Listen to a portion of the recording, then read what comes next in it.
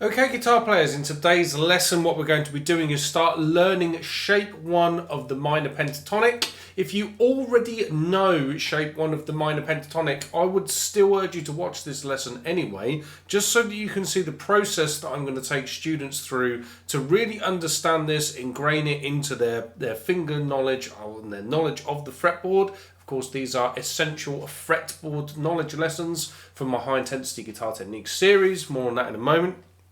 So once you understand the process, you'll be able to start being able to take that to shape 2, shape 3, shape 4 if you're not familiar or aware of all 5 shapes on the fretboard. We're going to be doing that together in this series anyway, as play along sessions and all of that good stuff. Now don't forget, if you want to see fretboard diagrams of this so you can see it diagrammed out, if you want to get detailed text that will teach you yet more things, you want to hear audio, you want to see yet more video lessons, you want guitar profiles and all of that stuff, what you'll need to do is get yourself a digital copy of the book from Cutting Edge Guitar, my online learning platform. These are no longer available in print at Amazon. These are only exclusively available to my own platform for various reasons that I've talked about previously.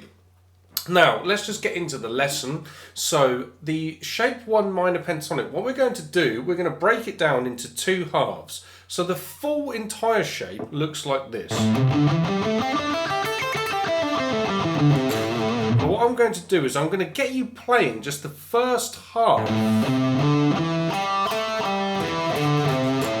Up and down first. Then what we're going to do is play the second half. And what we're going to do to make this a little bit more exciting, because no guitar player picks up the guitar so that they can just learn to play scale shapes, but you have to understand scale shapes are the answer to a lot of your problems as a guitar player if you want to be able to play solos and improvise and write cool riffs and, you know, all of them sorts of things.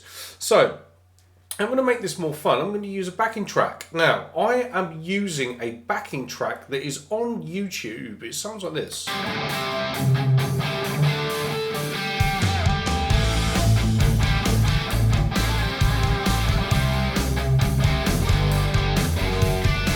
Now, it's called a filthy classic rock guitar backing track jam in A minor, and it's by a channel that's called Elevated Jam Tracks. I really like their stuff, so I will probably use this backing track to play along for the whole thing.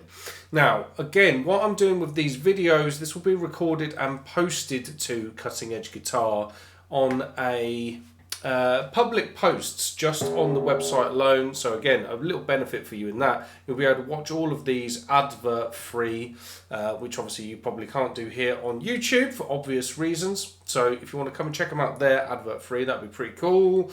And what I'll do in the actual post, I will link this backing track in there so that you can use it without my guitar or without me doing the lesson. You can just play these ideas on your own just to that backing track.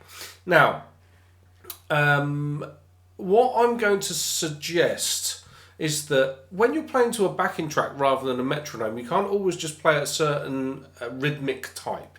Okay, so with this, I might, if I wrote this out in tab, I might have written it in the books in 16th notes or something, but you'll be thinking, I can't play in 16th notes to the backing track.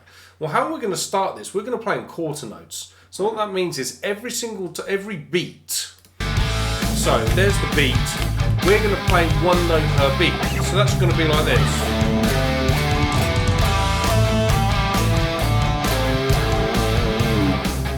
Okay? So what I want us to do is, first things first, you may even need to pause this video after getting, so that you can get the shape under your fingers. But first things first, the first half of A minor pentatonic is 5/8 on your 6th string, 5/7 on the 5th string, 5/7 on the 4th string. And now what we're going to do is we're going to play straight up that and immediately back down.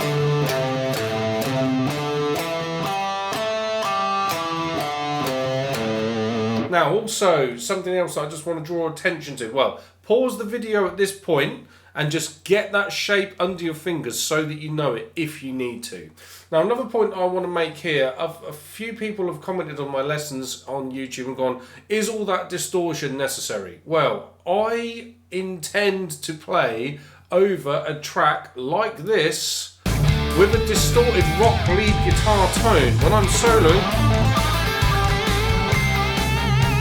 that's the sound that I want to have. So for me, it's more inspiring, and it's the sound that I want to use. A few people have said, is all that distortion necessary on a lesson? Well, if you want to listen to clean lessons, there's going to be people out there that play on a clean tone in a lesson. That's not really how I roll. It's not the sound that I like. I'm not interested in it, just inspired by it.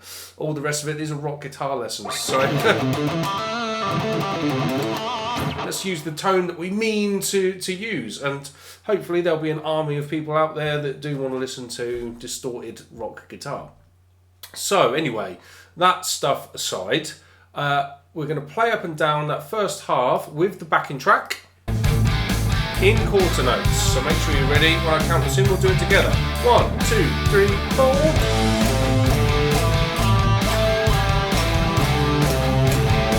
And just keep going up and down.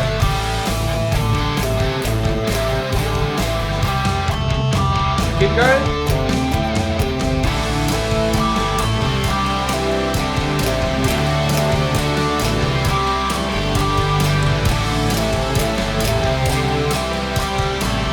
Let's play through the chorus of the backing track and then we'll stop.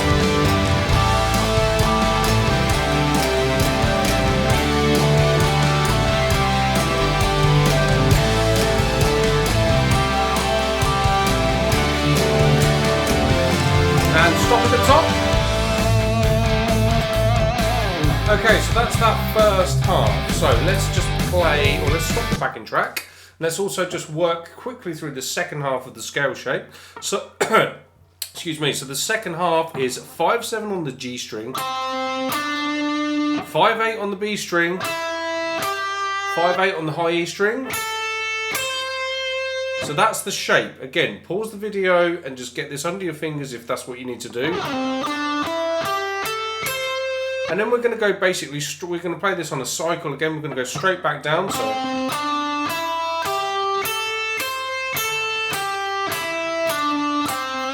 okay, so first half.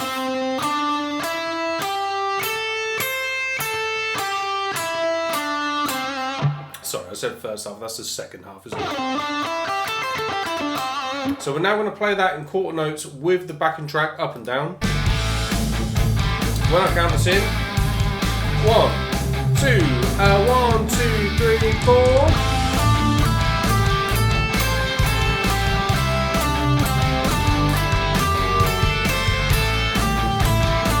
Keep going.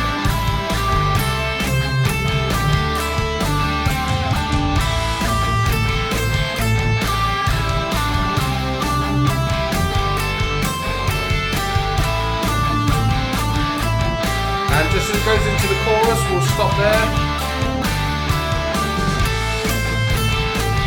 Which isn't yet, keep going.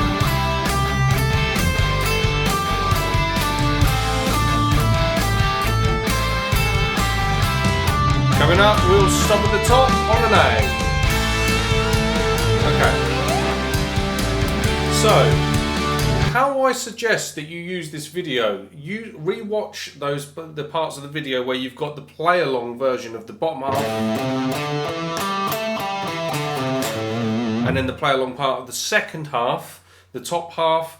Work back through all of that, but also if you check out the post over at Cutting Edge Guitar, you can get that backing track where you can just play along just those two halves separately as much as you need to get it under your fingers. Now when you go through to the next video, I'm going to do the exact same thing with the whole shape. So we're going to take those two halves, squash them together and play through the whole shape. Make sure you check that video out.